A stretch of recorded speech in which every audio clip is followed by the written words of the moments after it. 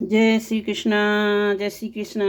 श्री शिवाय नमस्तुभ्यं। श्री कृष्णा। राधे राधे। जय श्री कृष्णा। और हमारे कान्हा जी आप सबको दर्शन दे रहे हैं और हम अब कान्हा जी के चेहरे को देखते हुए, उनकी मूरत को देखते हुए हम अपना ब्लॉग शुरू कर रहे हैं। तो गाइस, हमारे कृष्णा जी कैसे लग रहे हैं। और हमने कान्हा जी को अपनी खिचड़ी खिलाई है और अब हम आपको ये भागवत सुनाएंगे। ये देखिए, ये है भागवत।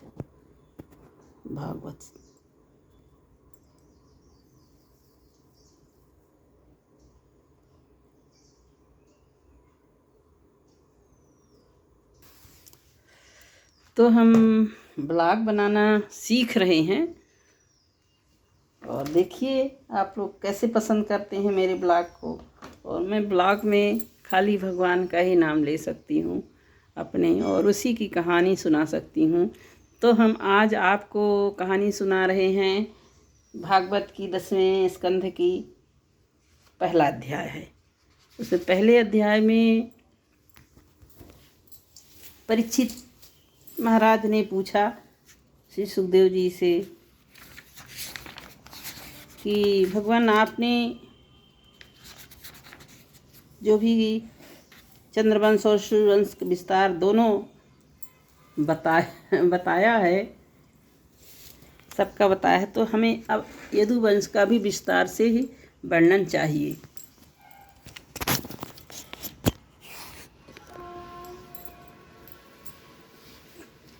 हमें ओम नमो भगवते वासुदेवाय, ओम नमो भगवते वासुदेवाय। और हम थोड़ा सा अपने सर में पल्लू रख लेते हैं, क्योंकि मुझे पल्लू रख के ही वीडियो बनाने में बहुत मज़ा आता है। तो ओम नमो भगवते वासुदेवाय। श्रीमद्भागवत महापुराण 10वां स्कंद, इसका है पूर्वार्ध, पहला अध्याय। तो इसमें कहानी बताई गई है, भगवान के द्वारा पृथ्वी को आश्वासन दिया गया है और वासुदेव देवकी जी का विवाह है इस अध्याय में। और कंस द्वारा देवकी के 6 पुत्रों की हत्या भी है।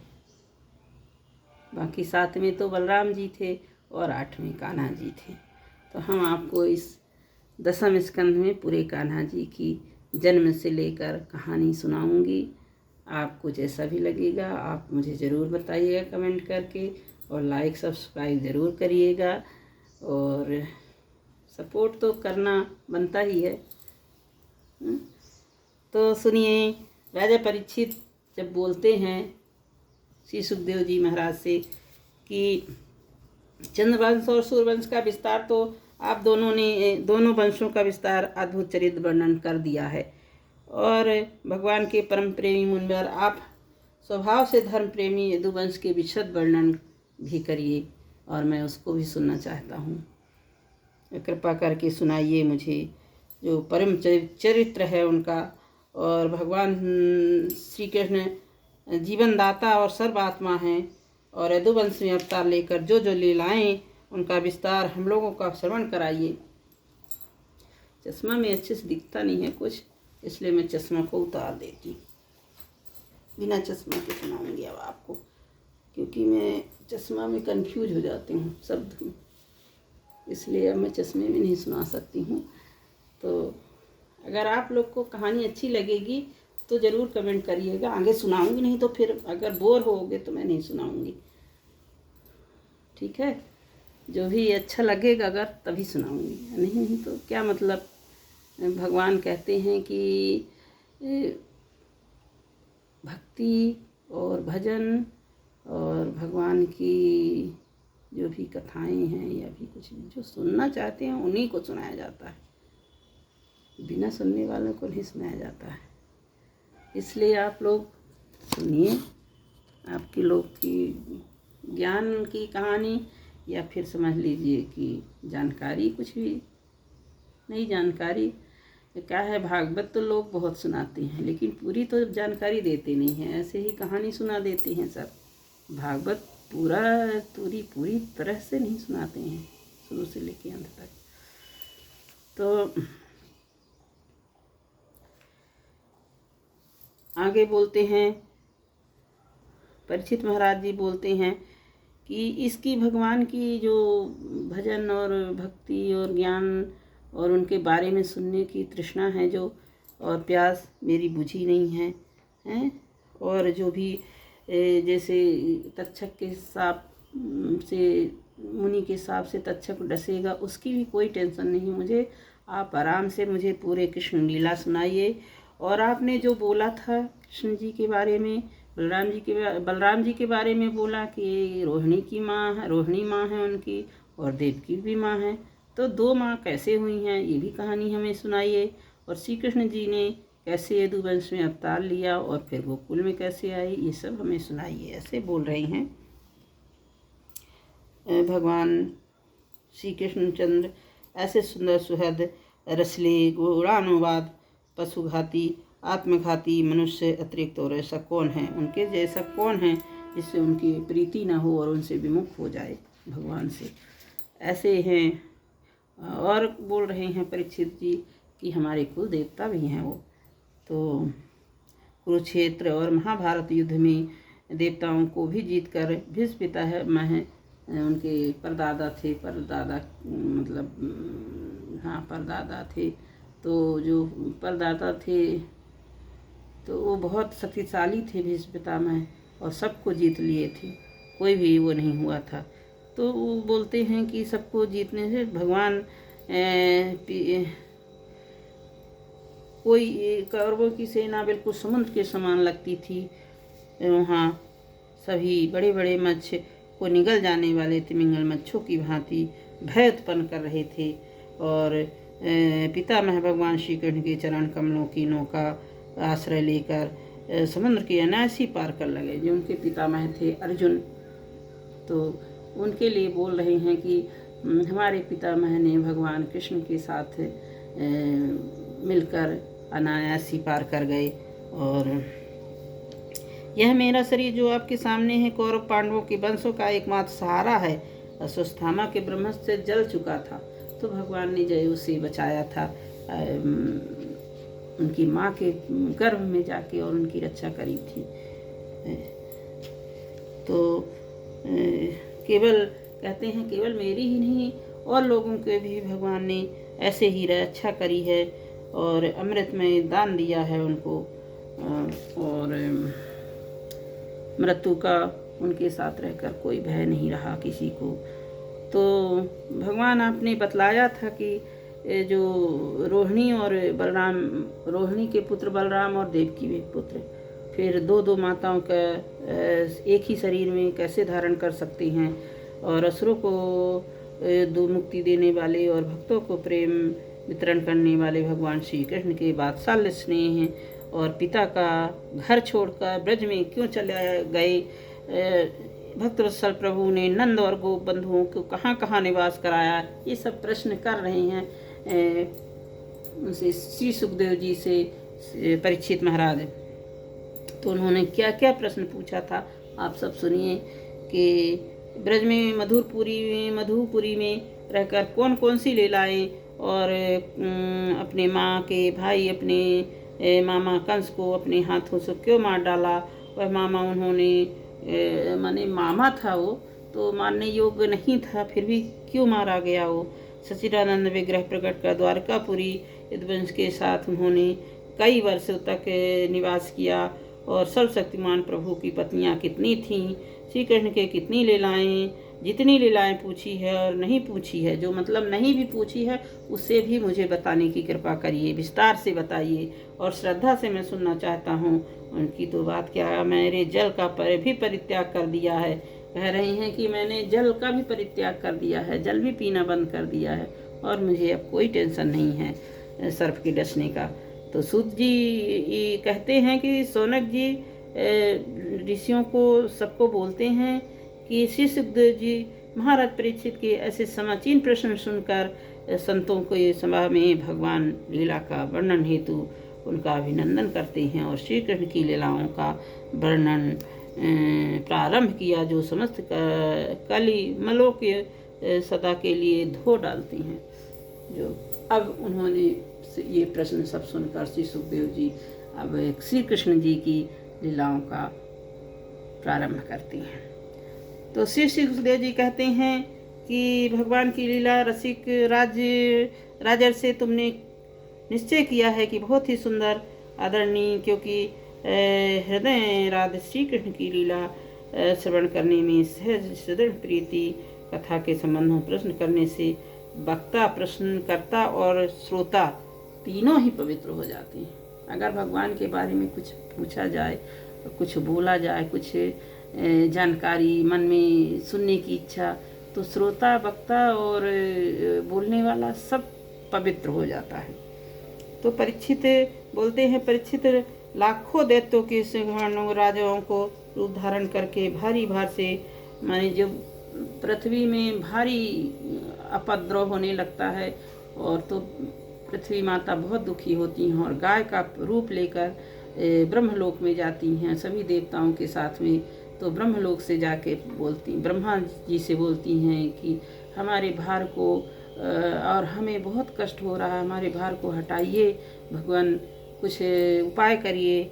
और अब हम बहुत करुण स्वर में ब्रह्मा जी से निवेदन करती हैं। तो ब्रह्मा जी सहानुभूति देकर कहते हैं, गाथा सुनते हैं और सभी देवता और माता पृथ्वी जी को गौ के रूप में जो आई रहती हैं उनको सांत्वना देकर और वहाँ पर समाधि स्थित होकर भगवान ब्रह्मा जी बोलते हैं कि हमें अभी भगवान ने दर्शन दिया और बोला है कि आप सब चिंता ना करें, हम आपके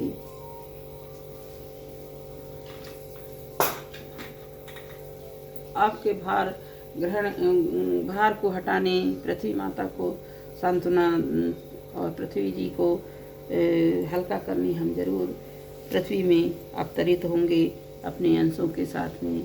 और अनंत भगवान बलराम जी भी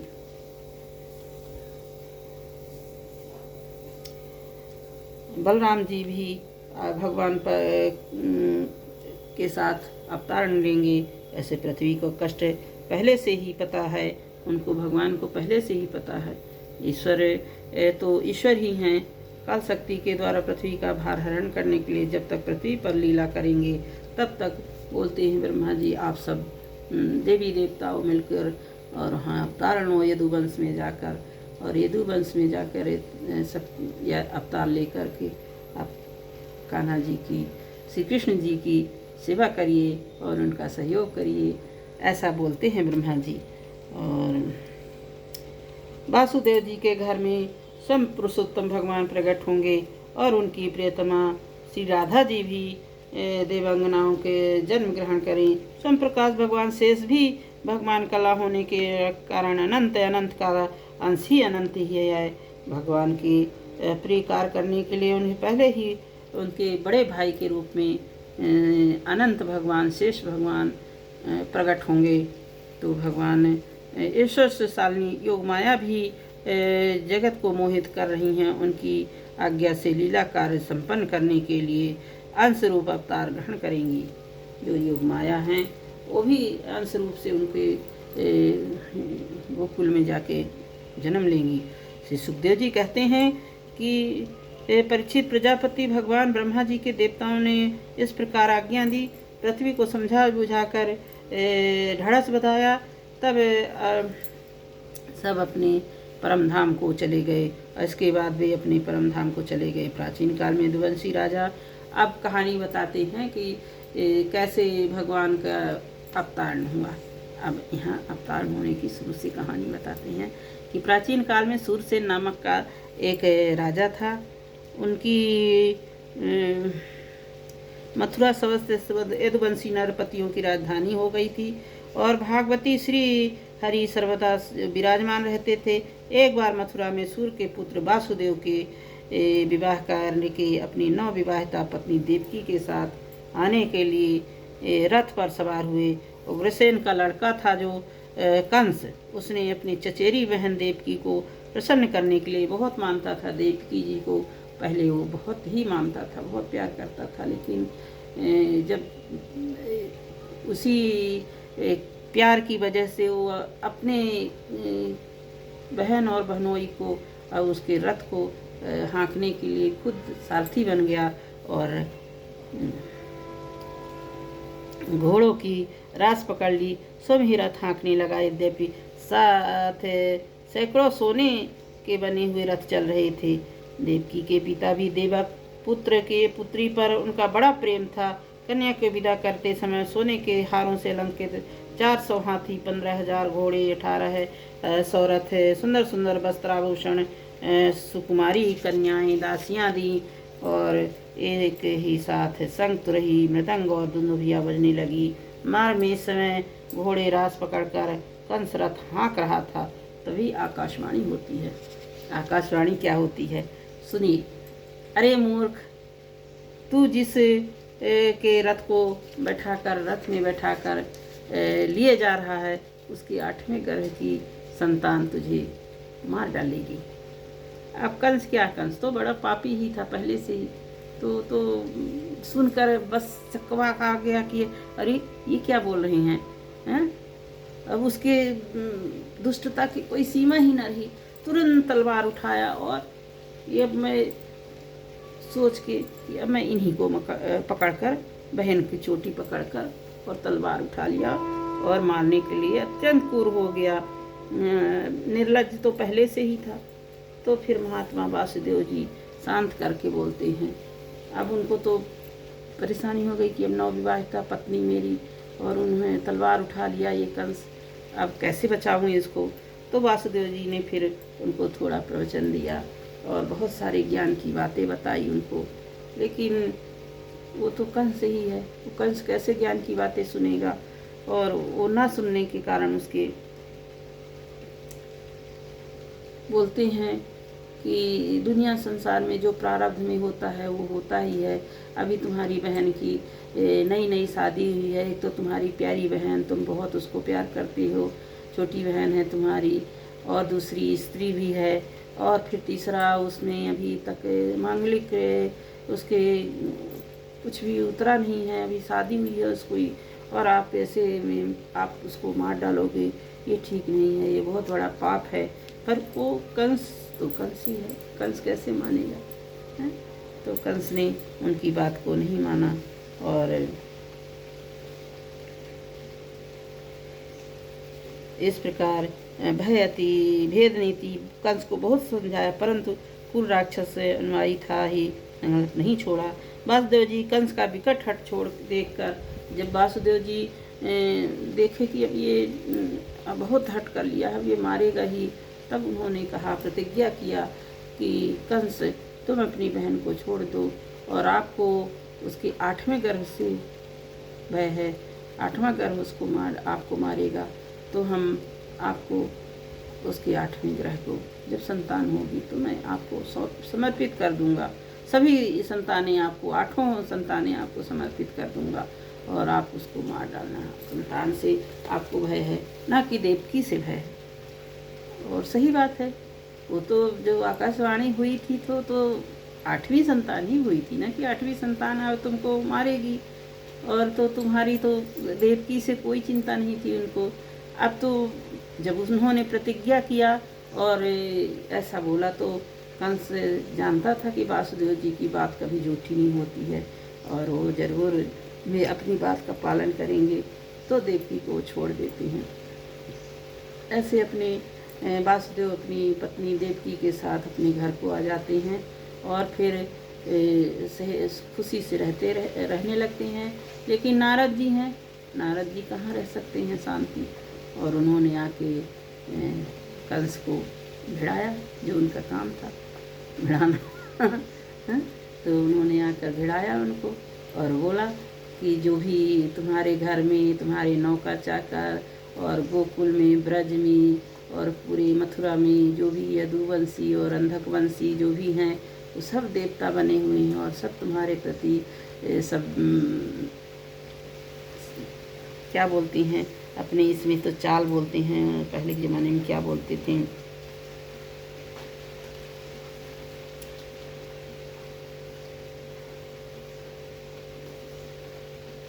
बुद्धि के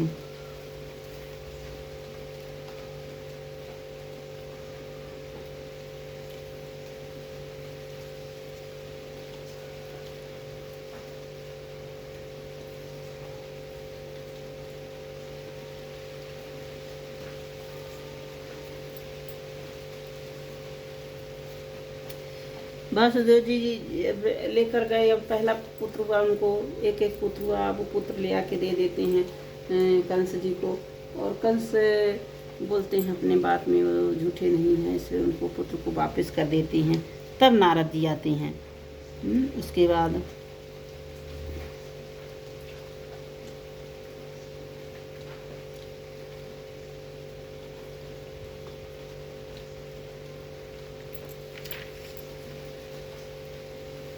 और उसने हंसकर बोला, वासुदेव आप उन्हें नन्हे से सुकुमार बालक को ले जाइए, इससे मुझे कोई भय नहीं है, क्योंकि आकाशवाणी तो ऐसा कहा था कि देव की 8वें गर्भ से उत्पन्न संतानों की मृत्यु होगी। ऐसा कंस ने बोला था। कंस ऐसे इतना भी कठोर नहीं था, लेकिन फिर जब नारद जी भिड़ा देते हैं आके ना, तब ज़्यादा कठोर हो जाता हो। तो देव की वासुदेव जी अपने बालक को ले गए और इसलिए, और उनको लेकिन टेंशन थी वासुदेव जी को कि ये कभी भी बदल सकता है, इसका कोई भरोसा नहीं है। तो नारद जी कहते हैं कि कंस, ब्रज में रहने वाले नंद, गोप, स्त्रियां, वासुदेव, ये सब जितने हैं भाई बहन तुम्हारी सेवा कर रही हैं। और दैत्यों के कारण पृथ्वी का भार बढ़ गया था, इसलिए देवताओं के उनके वध की तैयारी हो रही है। देवर्षि नारद इतना कहकर चले गए।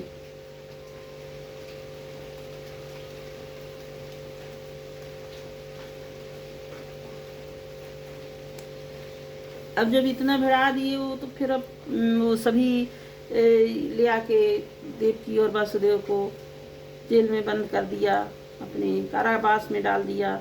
और फिर सभी यादवों से वो दुश्मनी कर ली, और यादवों से चाहे वो अंधकवंशी हो, चाहे वृहदवंशी हो, चाहे यदुवंशी हो, सबको अपनी दुश्मन समझने लगा और उनको हथकड़ी डालकर जकड़ कर कैद में डाल दिया।